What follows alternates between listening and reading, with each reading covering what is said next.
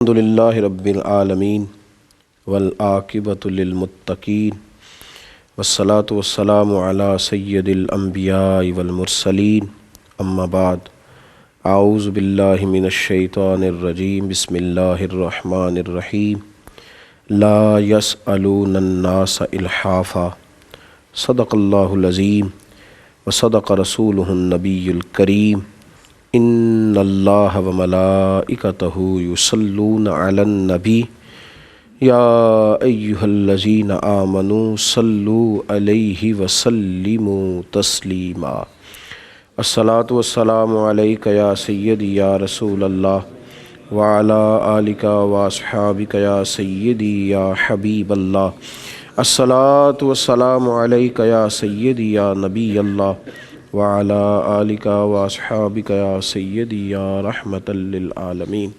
تمام تعریفیں حمد و ثنا اللہ تبارک و تعالیٰ کے لیے اور ہر قسم کے درود و سلام نبی رحمت سید عالم صلی اللہ علیہ وسلم کی ذات والا صفات کے لیے حمد و صلات کے بعد عمل کے رستوں کی جو راہ ہے، جو راہ عمل ہے، اس میں انسان کی کچھ ضروریات بھی ہوتی ہیں۔ روزمرہ کے معاملات میں اس نے کھانا بھی ہے، پینا بھی ہے، لباس بھی پہننا ہے، اور اس کی اور بھی کچھ معاشی ضروریات ہیں۔ ان ضروریات کے لیے انسان کچھ نہ کچھ کوشش بھی کرتا ہے اور کچھ ذرائع وہ اختیار کرتا ہے جس سے کہ اس کی معاشی اور روزمرہ کی ضروریات پوری ہو سکیں۔ دین کا یہ مزاج ہے اور نبی کریم صلی اللہ تعالیٰ علیہ وسلم کی تعلیمات کا یہ خوبصورت حصہ ہے کہ جب بھی آپ تگ و دو کریں، کوشش کریں تو اس میں اپنی خودداری اور عزت نفس کا ضرور خیال کریں۔ کبھی بھی ہاتھ پھیلانا، کبھی بھی کسی شخص سے مانگنا، دنیا داروں سے سوال کرنا اور اپنی ضروریات کے لیے دوسروں کی جیب پر نظر رکھنا، اسلام اس کو پسند نہیں کرتا۔ آج کی اس گفتگو میں ہم یہ بات عرض کریں گے کہ غیرت ہے بڑی چیز جہان تگ و دو میں۔ غیرت مند رہ کے، خوددار رہ کے، تھوڑے پر گزارا کرنے کا مزاج بنا کے اپنی زندگی کو گزاریں۔ دوسروں کو اللہ تبارک و تعالیٰ نے جو کچھ دیا ہے وہ مالک کی تقسیم ہے کہ اس نے کس کے لیے کتنا پسند کیا۔ ہمارے لیے جتنا اس نے پسند کیا وہی ہمارے حق میں بہتر تھا۔ ہمیں جس حال میں اس نے رکھا وہی حال ہمارے حق میں اچھا تھا۔ ہم نہیں جانتے، ہمارا اللہ، ہمارا مالک جاننے والا ہے۔ خودداری سے، عزت نفس سے باوقار انسان جنم لیتے ہیں، خوبصورت معاشرے پیدا ہوتے ہیں، اور جب انسان آگے بڑھنے کی کوشش میں اپنی عزت نفس کو بھول جاتا ہے اور اپنی جیب بھرنے کی کوشش میں وہ اپنے وقار کا سودا کرنے لگتا ہے، اور جب وہ مال، دولت، اقتدار، شہرت کی ہرس اور ہوس کے لالچ میں وہ اخلاقیات کو ہی بھولنے لگتا ہے تو پھر اس نے کچھ کمایا نہیں، پھر اس نے کچھ حاصل نہیں کیا۔ خودداری سے رہیں، عزت نفس سے رہیں۔ قرآن پاک سورہ بقرہ میں سے میں نے جو الفاظ تلاوت کیے ہیں، یہ آیات اصحاب صفہ کے حق میں نازل ہوئی۔ یہ وہ لوگ تھے کہ جو نبی کریم صلی اللہ تعالیٰ علیہ وسلم کی بارگاہ عالی مرتبت میں مستقل حاضر ہو گئے تھے تعلیم دین کے لیے۔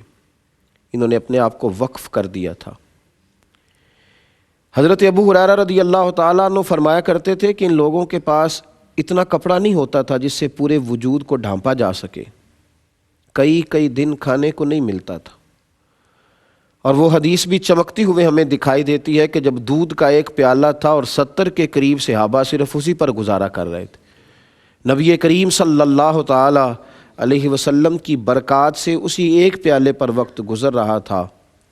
اس قدر زیادہ آزمائش تھی، اس قدر زیادہ تکلیف تھی، لیکن ان کی خودداری اس طرح کی تھی، ان کا وقار اس طرح کا تھا، ان کی قناعت اس طرح کی تھی کہ اللہ کا قرآن کہتا ہے لا یسألون الناس الحافا۔ وہ لوگوں سے سوال نہیں کرتے کہ انہیں گڑ گڑانا پڑے، انہیں جھکنا پڑے، انہیں اپنی عزت نفس کا سودا کرنا پڑے۔ وہ جھکتے نہیں، وہ گڑ گڑا کر نہیں مانگتے کہ انہیں کشکول طلب دراز کرنا پڑے۔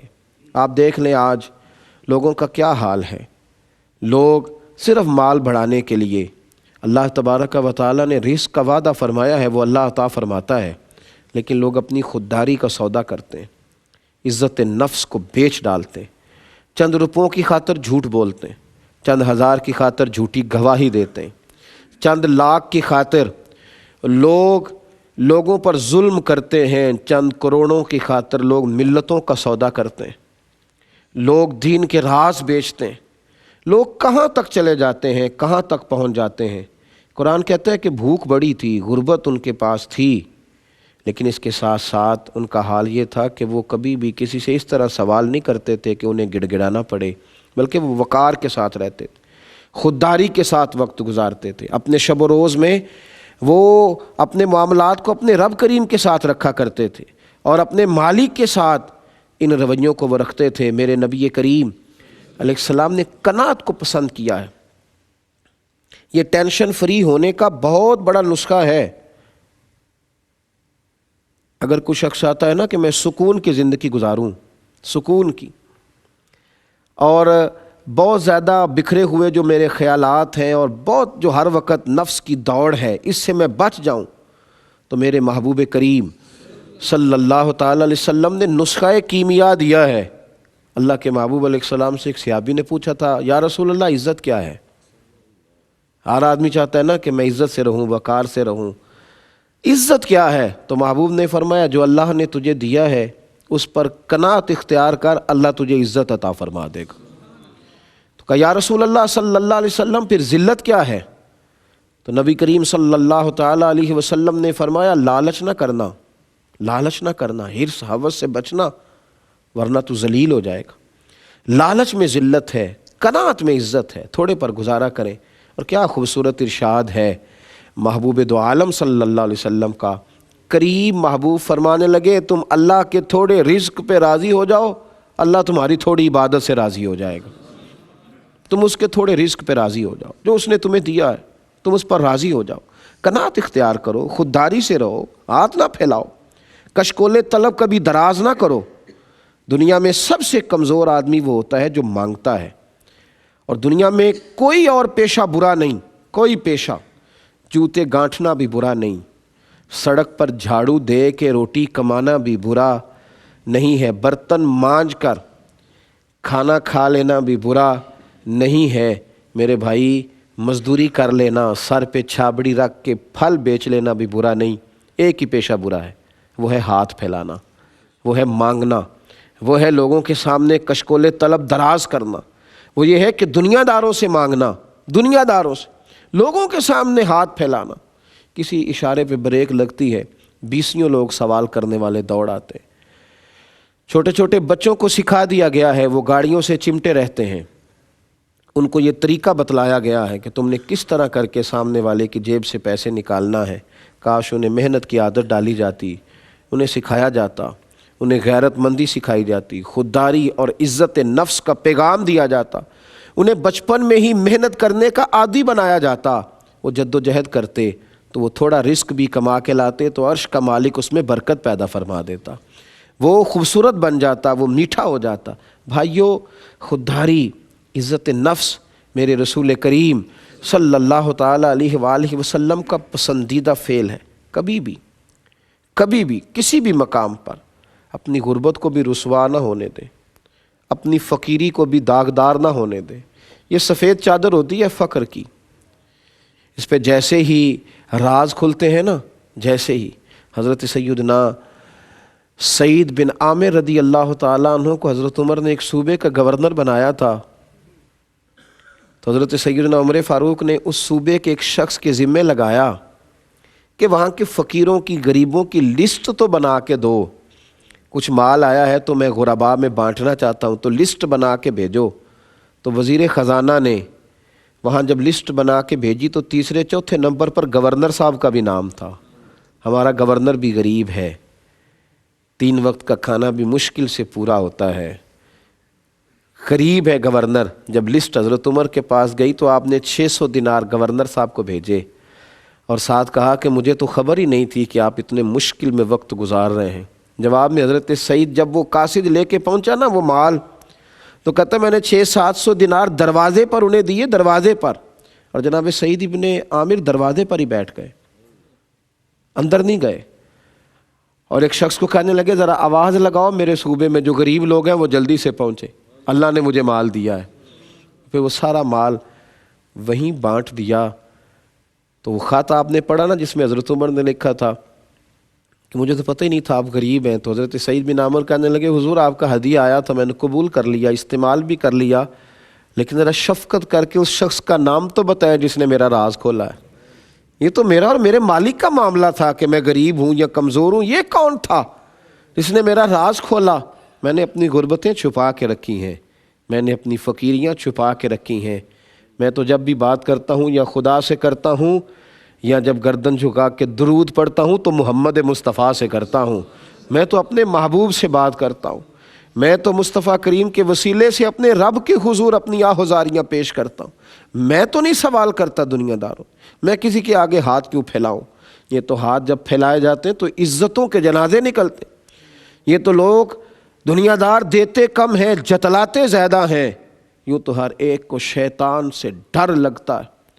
مجھ کو اس دور کے انسان سے ڈر لگتا ہے، اور جس کی ہر بات میں پوشیدہ ہو نشتر کی چبھن، ایسے ہر صاحب احسان سے ڈر لگتا ہے۔ خودداری سے رہیں، وقار سے رہیں، تھوڑے پہ گزارا کریں، اپنے کچے مکان سے پیار کریں، اپنے چھوٹے سے آپ کا جو ذریعہ آمدن ہے اس پہ اپنے آپ کو مینج کرنا سیکھیں۔ آپ خوددار رہیں گے، آپ باوقار رہیں گے۔ ہاں تعلقات بھی رکھنے ہیں تو اپنے جیسے لوگوں سے رکھیں۔ غریبوں کو بھی شوق ہو گیا ہے کہ بڑوں سے رشتہ ہونا چاہیے، بہت بڑے آدمی کے ساتھ تصویر آنی چاہیے، ہمارا بڑے کسی ریسٹورنٹ میں کسی بہت سیٹ کے ساتھ ہمیں روٹی کھانے چاہیے۔ اس شوق سے باہر نکلیں، اپنے جیسے لوگوں کے ساتھ تعلقات رکھیں، اپنے معاملات میں اپنے آپ کو مینج کریں، کبھی بھی ہاتھ نہ پھیلائیں۔ حضرت ثوبان بن مالک رضی اللہ تعالیٰ عنہ میرے نبی کریم صلی اللہ علیہ وسلم کے بڑے محبوب غلام ہیں۔ یہ وہی ہیں جو رویا کرتے تھے کہ یا رسول اللہ جب گھر میں پریشان ہوتا ہوں تو زیارت کر لیتا ہوں، تو حضور اگر جنت میں دیدار نہ ہوا تو کیا کروں گا؟ تو پھر عرش کے مالک نے خوشخبری بھیجی تھی کہ محبوب ثوبان سے کہہ دو جو تیری اطاعت کریں گے میں جنت میں بھی اپنے کریم محبوب کا پڑوس عطا کروں گا۔ وہی حضرت ثوبان بن مالک رضی اللہ تعالیٰ عنہ کہتے ہیں میں حضور کی بارگاہ میں تنہا بیٹھا تھا۔ جب محب اور محبوب کی تنہائی ہو، عاشق اور معشوق کی تنہائی ہو، پیر اور مرید اکیلے بیٹھے ہوں، اور اس وقت اگر شیخ کبھی موج میں ہو، محبت میں ہو، اور وہ کہے کہ تجھے خاص بات نہ بتاؤں، کوئی اہم بات نہ تیرے ساتھ کروں، کہتے اس ماحول میں میں حضور کے ساتھ تنہائی میں بیٹھا تھا تو میرے نبی کریم علیہ الصلوۃ والسلام نے میری طرف بڑی محبت کی نظر سے دیکھا، بڑی محبت کی نظر سے۔ تیری ایک نظر کا کمال ہے اور میری زندگی کا سوال ہے۔ حضور نے محبت کی نظر سے دیکھا اور فرمایا ثوبان میرے ساتھ ایک وعدہ تو کر اور تیرے ساتھ ایک وعدہ میں کرتا ہوں۔ یا رسول اللہ میرے اتنے نصیب کہ میں آپ کے ساتھ بات کروں، آپ میرے ساتھ کریں، تو امیر حرم میں غریب بے نوا، تو کجا من کجا۔ یا رسول اللہ صلی اللہ علیہ وسلم آپ کے ساتھ، تو حضور نے فرمایا ایک وعدہ تو کر اور ایک وعدہ پھر تیرے ساتھ میں کرتا ہوں۔ محب اور محبوب کی بات، یا رسول اللہ حکم کرے۔ کہتے ہیں میرے دل کی کلیاں کھل رہی تھیں اور میں اس موقع پر اپنے آپ کو دنیا کا سب سے خوش بخت انسان جان رہا تھا۔ حضور نے فرمایا تو میرے ساتھ وعدہ کر، میں تیرے، حضور حکم کریں۔ مجھے یوں لگتا ہے کہ اس وقت میں سب سے زیادہ رفتوں اور بلندیوں پہ اپنے نصیبوں کو محسوس کر رہا ہوں۔ حضور حکم کریں۔ کیا خوبصورت جملے ہیں، کیا انداز ہے۔ نبی کریم علیہ السلام نے فرمایا ثوبان تو میرے ساتھ وعدہ کر، تو زندگی میں کسی سے سوال نہیں کرے گا، تو کسی دنیا دار مالدار کے آگے ہاتھ نہیں پھیلائے گا، تو وعدہ کر، تو سوال نہیں کرے گا۔ کہتے میں نے کہا یا رسول اللہ کبھی نہیں کروں گا۔ تو محبوب نے فرمایا تو میرے ساتھ یہ وعدہ کر اور میں تیرے ساتھ بغیر حساب کتاب جنت کا وعدہ کرتا ہوں۔ پھر اللہ تجھے بغیر حساب کتاب جنت عطا کرے گا۔ تو انہیں کشکول طلب نہیں پھیلانا، ہاتھ نہیں پھیلانا، دنیا داروں سے نہیں مانگنا، سیٹھوں کی جیبوں پر نظر نہیں رکھنی۔ تم نے کبھی بھی نہیں دیکھنا کہ سامنے والے سے کچھ طلب کروں۔ تم نے جو اللہ نے تمہیں دیا ہے، بھائی گردن کو جھکا دیتا ہے خیرات کا پتھر، جہاں میں مانگنے والوں کے سر کبھی اونچے نہیں ہوتے، اور غیرت ہے بڑی چیز جہانے تگ و دو میں، پہناتی ہے یہ فقر کو تاج سردارا۔ اپنے مکان، اپنے کچے مکان سے پیار کر کے تو دیکھ، یوں لگے گا کہ سب سے بڑا محل یہی ہے۔ تو اپنے غریب ماں باپ سے بہن بھائیوں کے بیچ بیٹھ کے تو دیکھ، تو اپنے آپ کو سب سے زیادہ خوبصورت وقت گزارنے والا پائے گا۔ تو اپنے ہی دوستوں کی محافل کو آراستہ کر کے دیکھ، تجھے یوں لگے گا کہ دنیا کی ساری خوشیاں سمٹ کر تیرے ہی دامن میں آ گئی ہیں۔ تم کیوں دیکھتا ہے، تم کیوں دیکھتا ہے کسی کے پکے مکان کی طرف؟ اپنی مٹی پہ چلنے کا سلیقہ سیکھو۔ کسی کے سنگ مرمر پہ چلو گے تو پھسل جاؤ گے۔ دیس اپنے دیاں ولہ نالوں تمبے لا لا کھائیے، ایویں غیر ملک دے باغاں اندر میوے کھان نہ جائیے۔ اپنے پہ گزارا کریں، جو آپ کے پاس ہے اسی پہ وقت گزاریں، اسی کے ساتھ اپنے آپ کو لگائیں۔ اپنی جو خوبصورت دنیا آباد کی ہے اس میں خوش رہنا سیکھیں۔ کبھی بھی کشکول طلب در حضرت حکیم بن حزام رضی اللہ تعالیٰ عنہ کہتے ہیں میں حاضر ہوا نبی کریم کی بارگاہ میں، سرور دو عالم صلی اللہ علیہ وسلم کے حضور میں حاضر ہوا، تو میں نے عرض کی یا رسول اللہ کو نصیحت کر دیں۔ تو محبوب نے فرمایا حکیم کبھی کسی سے سوال نہ کرنا۔ کتنا پسند ہے محبوب کو یہ فکرہ، کتنا پسند ہے۔ کبھی کسی دنیا دار سے سوال، ایک ہے اللہ والوں سے سوال، جو اللہ والوں سے سوال ہے وہ تو گویا اللہ ہی سے سوال ہے، وہ تو معاملہ الگ ہے۔ لیکن فرمایا دنیا داروں سے سوال نہ کرنا، سیٹھوں سے، مہاراجوں سے، دنیا داروں سے کبھی نہ مانگنا، ان سے سوال نہ کرنا۔ حضرت حکیم بن حزام کہتے ہیں میں نے کہا یا رسول اللہ میرا وعدہ رہا، میں کبھی نہیں مانگوں گا۔ حضرت حکیم بن حزام فرماتے ہیں میں کبھی گھوڑے پہ ہوتا تھا نا یا اونٹ پہ، تو میرے ہاتھ سے میرا کوڑا بھی گر جاتا تھا نا زمین پر، تو میں نے کبھی یہ بھی کسی سے سوال نہیں کیا تھا کہ مجھے پکڑا دو۔ میرے ہاتھ سے کبھی میرا کوڑا، یوں سمجھ لیں کہ میرا عصا، میرا ڈنڈا، میری چھڑی گھوڑے پہ بیٹھے ہوئے کبھی، یہ صحابہ کی نبی پاک کے ساتھ وفا کا عالم ہے۔ فرماتے ہیں کہ یہ عالم تھا ہمارا کہ کبھی میرے ہاتھ سے میری چھڑی گر گئی، میرا درہ گر گیا، میرا کوڑا گر گیا، وہ بھی کبھی کسی سے سوال نہیں کیا کہ مجھے پکڑا دو۔ فرماتے ہیں کہ دن میرے ہاتھ سے میرا کوڑا گر گیا، میں اونٹ پہ بیٹھا تھا، کچھ بڑھاپا آ گیا تھا، تو میں تکلیف کے ساتھ ایک دفعہ نیچے اترا، نیچے اتر کر کے پھر میں نے اسے اٹھایا، اور اٹھا کر جب میں دوبارہ گھوڑے پہ بیٹھنے لگا تو بڑھاپا تھا، ذرا مشکل محسوس ہوئی۔ تو میرا غلام پاس کھڑا تھا، کہنے لگا حضور یہ کوئی کام تھا جس کے لیے آپ نیچے اترے اور اتر کر کے پھر آپ نے کوڑا اٹھایا اور دوبارہ آپ بیٹھ رہے ہیں اونٹ پر؟ مجھے حکم کر دیتے میں پکڑا دیتا۔ تو فرماتے میں مشکل سے اوپر چڑھ گیا، تو میں نے اسے کہا یار تھوڑی سی تکلیف تو ضرور ہوئی ہے، تھوڑی پریشانی تو ضرور ہوئی ہے، لیکن اپنے محبوب سے وعدہ کیا تھا، تھوڑی تکلیف ضرور ہوئی ہے پر روح کو سکون بڑا ملا ہے، وجود کو تھوڑی تکلیف ہوئی ہے پر دل کو بڑا سکون آیا ہے۔ کبھی بھی نہ دیکھیں دائیں بائیں، کبھی بھی غور نہ کریں کسی کے پاس کیا ہے، کوئی کدھر جا رہا ہے، کوئی کس طرف لگا ہوا ہے۔ خودداری سے رہیں، عزت نفس سے رہیں، وقار کے ساتھ رہیں، اپنے معاملات کو ہمیشہ اپنے مالک کی بارگاہ میں پیش کریں۔ ترمذی شریف میں حدیث ہے، نبی کریم صلی اللہ تعالیٰ علیہ وسلم نے فرمایا جو اپنے معاملات اپنے رب کی بارگاہ میں عرض کرے گا، جلدی یا دیر سے اللہ اسے دنیا سے بے نیاز کر دے گا، لیکن جو دنیا داروں کے سامنے اپنے معاملات پیش کرے گا، جگہ جگہ رونا روئے گا اپنی غربتوں کا، فرمایا اللہ اسے کبھی بھی غنی نہیں کرے گا، کبھی بھی غنی نہیں کرے گا۔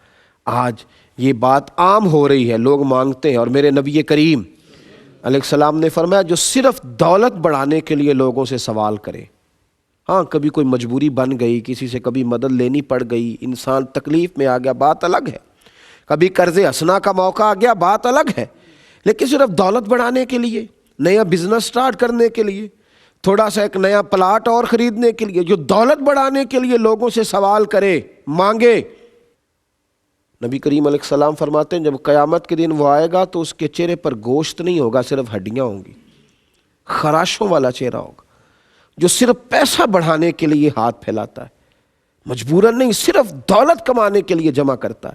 اس سے بچیں، خودداری کے ساتھ رہیں، وقار کے ساتھ رہیں۔ اور بات امیروں کی خودداری کی تو ہو ہی رہی ہے، لیکن میں اصل بات کر رہا ہوں غریبوں کی خودداری کی۔ غریب باوقار بنے، وہ باوقار بنے تاکہ پھر کوئی کسی غریب کو خرید نہ سکے، پھر کوئی کسی انسان کا ریٹ نہ لگا سکے۔ حاتم طائی سے کسی نے پوچھا تھا، شیخ سعدی رحمۃ اللہ نے لکھا ہے کہ حاتم طائی بڑا سخی ہے، اس کی سخاوتیں دنیا میں معروف ہے۔ کسی نے اس سے پوچھا تھا کہ حاتم طائی تو بڑا سخی ہے، کبھی اپنے سے بھی سخی آدمی دیکھا ہے؟ اس نے کہا دیکھا تھا۔ کہا کب؟ کہنے لگا ایک دفعہ میں نے سارے شہر کی دعوت پکائی تھی، ہر امیر غریب چھوٹا بڑا میں نے سب کو بلایا، سب میری دعوت میں آئے، تو میرے دل میں ایک خیال آ گیا کہ معلومات کروں کہ سب آئے ہیں یا شہر میں کوئی رہ بھی گیا۔ کہتے میں چہرے پہ نقاب اوڑھ کے شہر کی طرف نکلا تو میں نے نا، جب سب لوگ میری دعوت پہ آئے ہوئے تھے، میں نے ایک بوڑھے کو جنگل میں لکڑیاں کاٹتے دیکھا۔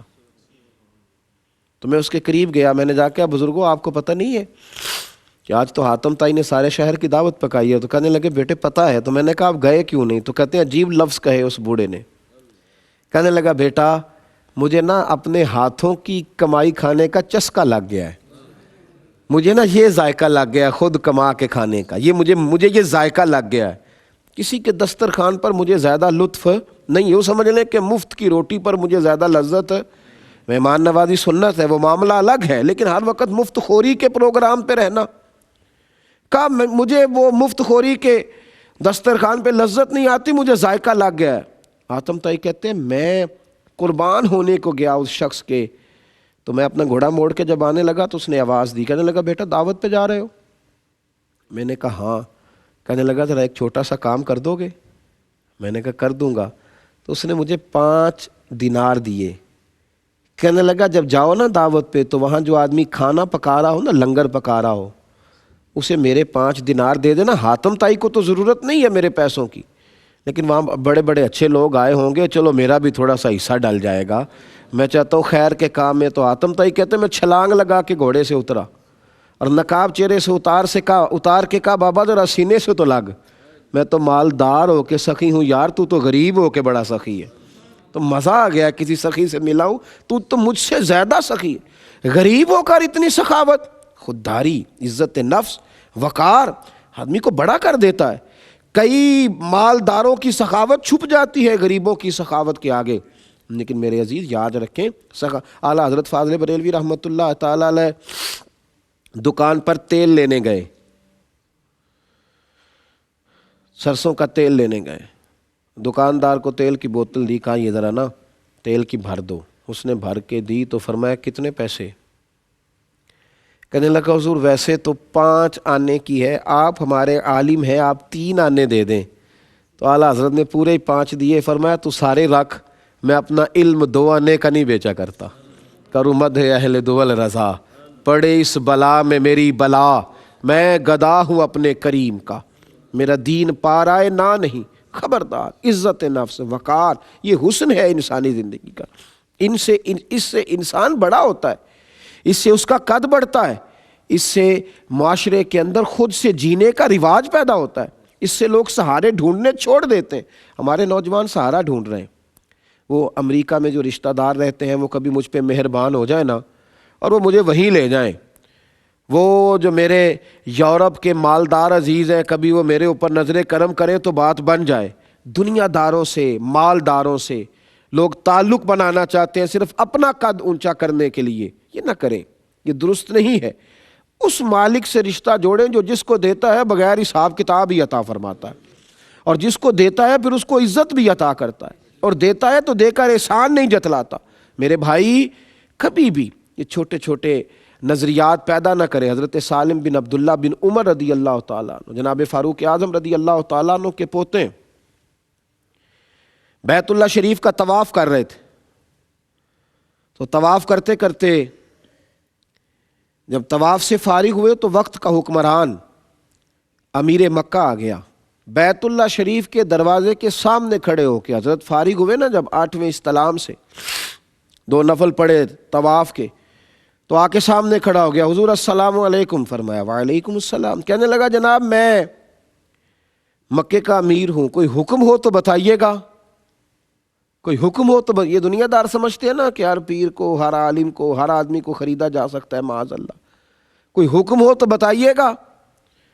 تو حضرت سالم بن عبداللہ نے اس کی یہ بات سنی تو جلال میں آ گئے، غصہ فرمایا، فرمانے لگے یار تجھے کس نے امیر مکہ بنا دیا ہے، تجھے اتنا بھی شعور نہیں، میں اللہ کے گھر میں آ کے اور بیت اللہ کے سامنے کھڑے ہو کے بھی دنیا داروں سے مانگوں گا، یہاں آ کے بھی دنیا داروں سے سوال کروں گا؟ تجھے یہ شعور نہیں ہے کہ میں اللہ کے گھر میں اور پھر اپنے رب کریم کے دروازہ کرم کے سامنے کھڑا ہوں اور یہاں بھی دنیا داروں سے مانگوں؟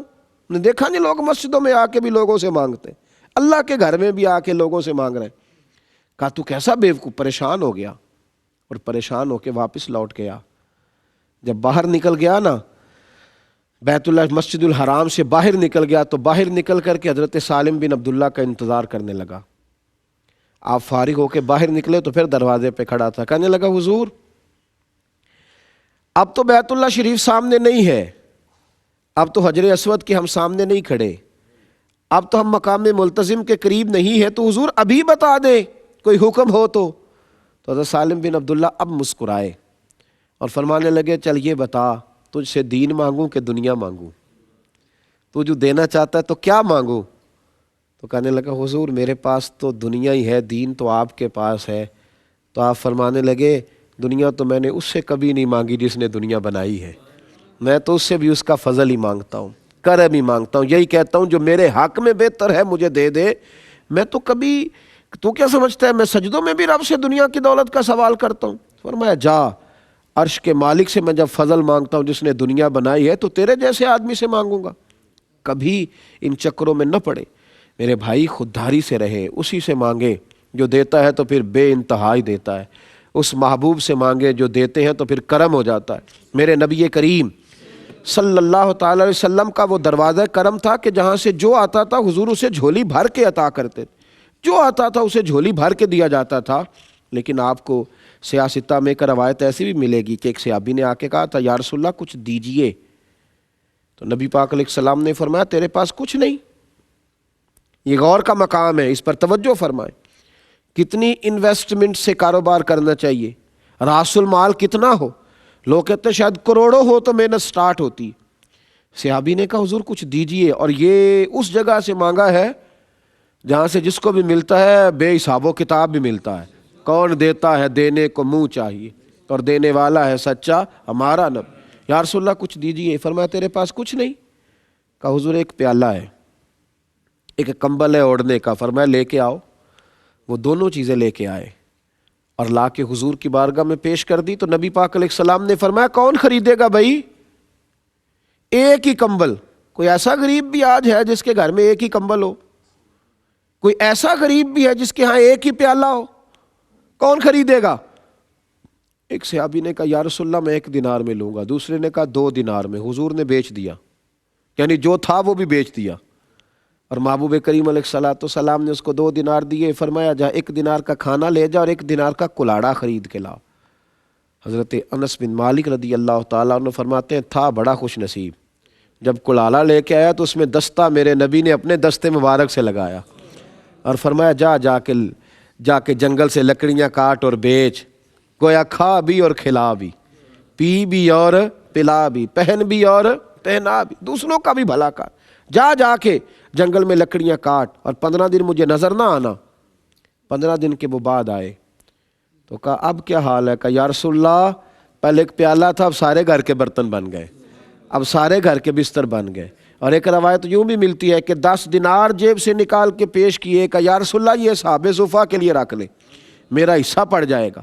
غیرت کے ساتھ، خودداری کے ساتھ محنت کی عادت ڈالے، جد و جہد کی عادت ڈالے، رزق حلال کی طرف سفر کرے، کوشش فرمائیں کہ تگ و دو محنت کے لیے بڑھ جائے، لالچ نہیں کرے، دوسروں کی جیبوں پر نظر نہ ڈالے، کبھی بھی یہ خیال نہ کریں کہ کوئی دنیا دار آئے گا اور اس سے ہمارا رشتہ قائم ہوگا تو وہ ہمیں نواز جائے گا۔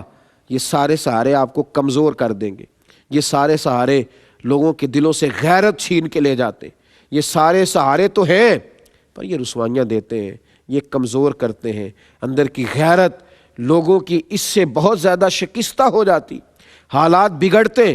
میرے بھائی خودداری، وقار، عزت نفس، خود سے جینا، آگے بڑھنا، اور اس طرح کا رویہ رکھنا کہ جس سے جو ہے انسان کو کبھی بھی ایسا نہ لگے کہ میں کسی پر بوجھ ہوں۔ میرے نبی کریم علیہ السلام نے صحابہ کو جد و جہد سکھائی، کام کرنا سکھایا، ہمت کرنی سکھائی، آگے بڑھنا سکھایا، خودداری کے ساتھ جب لوگ جیتے ہیں، خودداری ان کو باوقار کر دیتی ہے، ان کو باحوصلہ کر دیتی ہے، ان کو نواز دیتی ہے۔ خودداری ایک ایسا فعل ہے جو آدمی کو بڑا کرتی ہے۔ رسول کریم علیہ الصلاۃ والسلام کے غلاموں کو آپ دیکھیں، وہ محنت کرتے تھے، وہ جد و جہد کرتے تھے، وہ ایک دوسرے کا سہارا بنتے، صبح سے شام تک کوششیں کرتے، جد و جہد کرتے، اور اس کے ساتھ وہ اپنے شب و روز کی زندگی کے معاملات چلاتے، اپنے بچوں کو، اپنی اولاد کو محنت کا عادی بنائے۔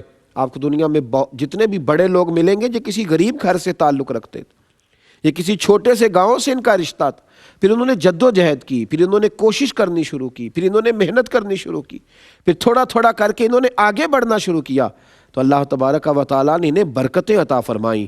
حضرت عوف بن مالک اشجعی رضی اللہ تعالیٰ عنہ فرماتے ہیں کہ نبی کریم صلی اللہ تعالیٰ علیہ وسلم کی بارگاہ میں کچھ لوگ بیعت کرنے کے لیے حاضر ہوئے، تو نبی پاک صلی اللہ تعالیٰ علیہ وسلم نے انہیں اس بات پر بھی بیعت کیا کسی کا شریک نہیں ٹھہرائیں گے، یہ بھی وعدہ لیا کہ میری رسالت کا اقرار کریں گے، یہ بھی وعدہ لیا کہ نماز پڑھیں گے، حج کریں گے، زکوٰۃ دیں گے۔ فرماتے ہیں میں حیران ہو گیا کہ حضور نے ان لوگوں سے ہاتھ پہ ہاتھ رکھ کے یہ وعدہ لیا کہ مجھ سے وعدہ کرو تم زندگی میں کسی دنیا دار کے آگے ہاتھ نہیں پھیلاؤ گے، تم کبھی کسی سے سوال نہیں کرو گے، تم کبھی بھی کسی شخص کے آگے گڑ گڑاؤ گے نہیں، لا یسألون الناس الحافا، تم کبھی بھی کوئی ایسا کام نہیں کرو گے جس سے محسوس ہو کہ یہ مانگنے والے ہیں، کشکول اٹھا کر کے دنیا میں بھاگتے رہنا اور ہمیشہ یہی سوچنا کہ کسی طریقے سے کسی کا مال میرے پاس آ جائے۔ مال تیرے لیے وہی اچھا ہے جو اللہ تجھے عطا کرے، جو مالک تجھے تیرے گھر سے نواز دے وہی تیرے لیے اچھا ہے۔ میرے نبی پاک علیہ الصلاۃ والسلام کے ڈھیر سارے صحابہ کھیتی باڑی کرتے تھے، ڈھیر سارے لوگ تجارت کرتے تھے۔ حضرت سیدنا عثمان غنی رضی اللہ تعالیٰ عنہ محنت کرتے تھے، حضرت عبد الرحمن ابن عوف محنت کرتے تھے۔ جب لوگ آئے نا مکے سے ہجرت کر کے مدینہ طیبہ، تو نبی پاک صلی اللہ علیہ وسلم نے ایک کو دوسرے کا بھائی بنا دیا، ایک کا دوسرے سے تعلق بنا دیا، اور وہ ایثار کی بڑی اعلیٰ مثال ہے کہ لوگوں نے اپنی جائیدادیں بھی بانٹ کے دے دی، اپنے باغات بھی دے دیے، اپنے مال بھی دے دیے، اپنے مکانات بھی دے دیے، تو صحابہ کرام آسودگی سے رہنے لگے۔ ایک شخص کو نبی پاک نے حضرت عبد الرحمن ابن عوف رضی اللہ تعالیٰ عنہ کا بھائی بھی بنایا، لیکن جناب عبد الرحمن ابن عوف بڑے خوددار تھے، تمام صحابہ خوددار تھے، لیکن اس پہلو میں، اس انداز میں ان کا رویہ یہ تھا کہ اپنے بھائی سے کہنے لگے، انہوں نے کہا میں اپنا آدھا مال بھی دیتا ہوں، گھر بھی دیتا ہوں۔ فرمانے لگے مال بھی تو رکھ، تیرا میرا ایک ہی ہے، جائیداد بھی تو رکھ، مجھے تو یہ بتا منڈی کس طرف ہے، تو مجھے بتا بازار کدھر ہے، میں جاؤں گا، تجارت کروں گا، کوشش کروں گا، ہمت کروں گا اور کما کر کے لاؤں گا، اور انشاءاللہ اس کو استعمال کریں گے۔ تو کہتے ہیں جناب عبد الرحمن ابن عوف کہ اللہ کی رضا کے لیے جب میں نکلا کرتا تھا تو پھر میرا مالک مٹی کو بھی سونا بنا دیا کرتا تھا، پھر مجھے اللہ دیتا تھا، رب کریم پھر نوازتا تھا۔ اس لیے کوشش فرمائیں، ہمت کریں، جد و جہد کریں، لیکن کسی کی طرف دیکھنے کی کیا ضرورت ہے؟ اس مالک کی طرف کیوں نہ دیکھیں جس کے خزانے بھرے ہوئے ہیں، اس کے محبوب کا وسیلہ لے کے اس کی بارگاہ میں کیوں نہ جائیں، جو جب نوازتا ہے تو اتنا نوازتا ہے کہ انسان کو سمجھ نہیں آتی یہ مجھے کہاں کہاں سے مل رہا ہے اور کس کس انداز میں مل رہا ہے۔ اور آپ نے اپنی زندگی میں یہ تجربہ کیا ہوگا کہ کئی دفعہ آپ امید لگاتے ہیں کہ یہاں سے مجھے بڑا کچھ آئے گا، لیکن وہاں سے صفر اور مائنس صفر ہی ملتا ہے، اور کہیں سے آپ کا بالکل خیال نہیں ہوتا، لیکن رب کریم آپ کو جھولی بھر کے عطا کرتا ہے، اللہ نواز دیتا ہے۔ تو معنی یہ ہے کہ دینے والا اللہ ہے، اللہ عطا کرتا ہے اپنے بندوں کو، اس کی عطا پر نظر کریں تاکہ اس کی عطا ہمیں نوازے، اس کے قریب جائیں۔